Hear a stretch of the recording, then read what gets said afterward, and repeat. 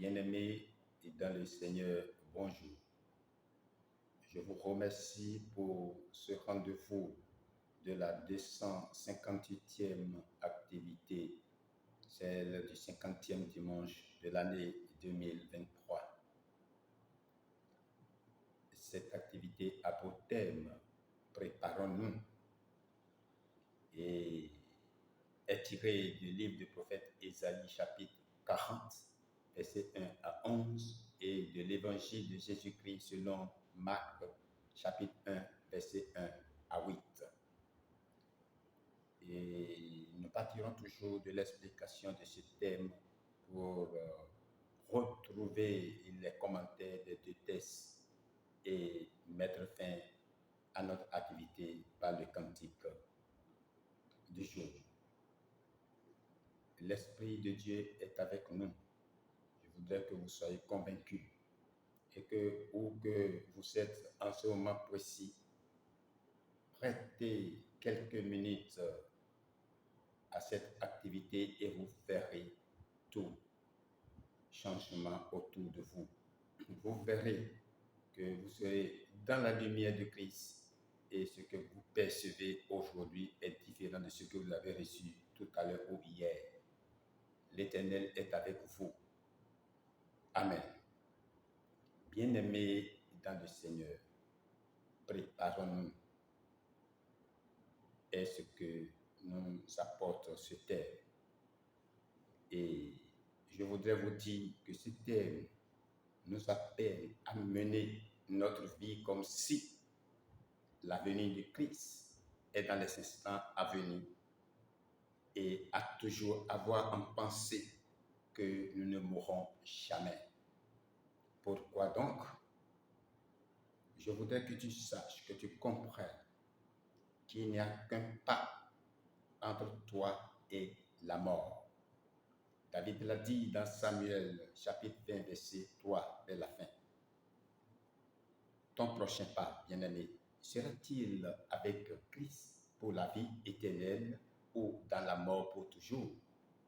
Cela dépendra de toi-même, car personne n'y peut rien absolument. Ton bonheur dépendra de toi-même. Beaucoup sont ceux qui, ou ceux avec qui, hier, ou bien tout à l'heure, nous nous sommes entretenus et qui ne sont plus, que ce soit parents, amis, connaissances, il y en a assez. À l'instant même que vous m'entendez, les gens sont en train de partir, oui ou non? Ont-ils opéré un bon choix? Je ne saurais le dire. Le sort de chacun est donc lié à son choix. Tout ce que je sais et je suis pressé de vous dire est que celui qui n'a pas encore choisi le chemin de vie prenne la bonne décision, celle de la repentance, le chemin qui mène à Christ.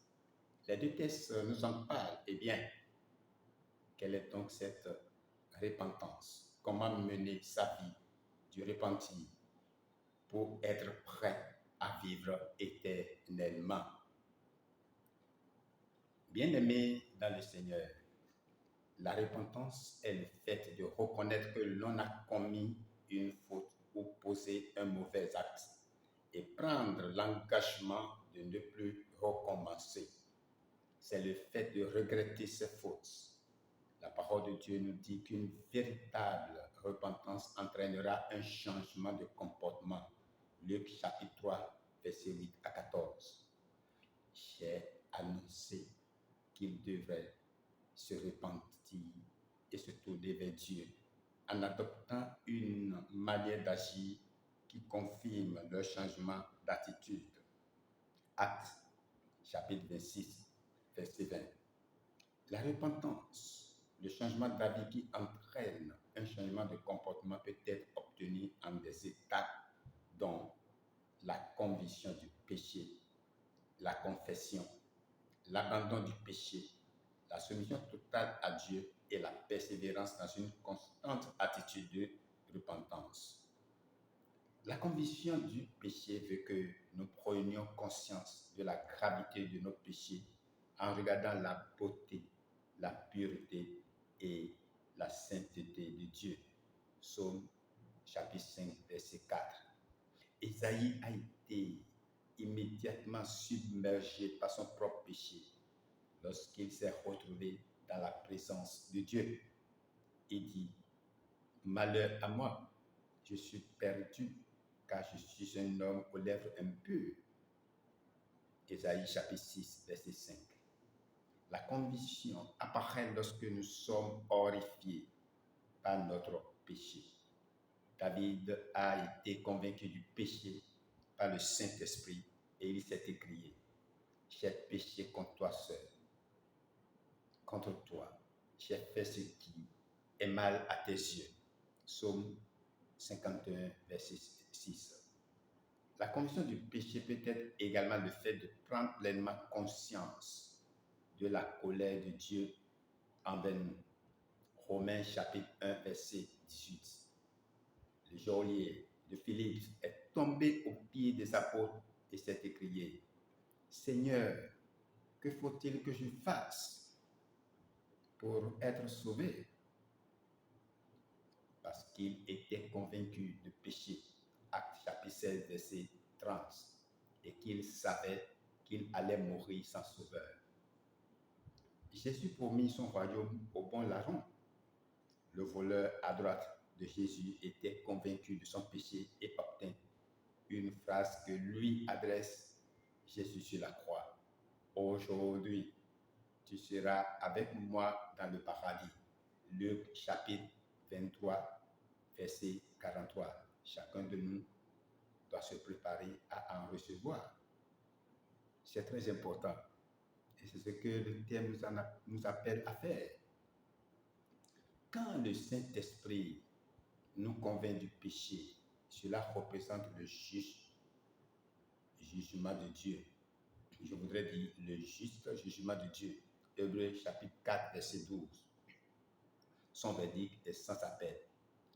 Le Saint-Esprit ne nous convainc pas seulement du péché, il nous amène aussi à la repentance. Acte chapitre 17, verset 30, Luc chapitre 13, verset 5.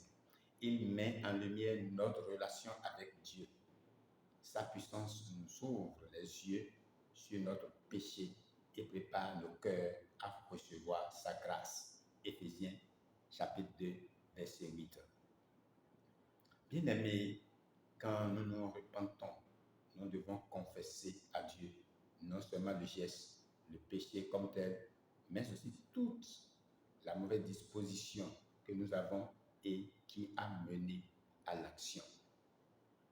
Qu'en est-il de l'abandon du péché, la soumission totale à Dieu et la persévérance dans la repentance? La vraie repentance est suivie de l'abandon du péché. Toute repentance qui ne cherche pas rigoureusement l'abandon du péché n'est que du remords temporaire. La vraie repentance est suivie de l'abandon du péché. Et c'est là où les moyens de grâce entrent en jeu.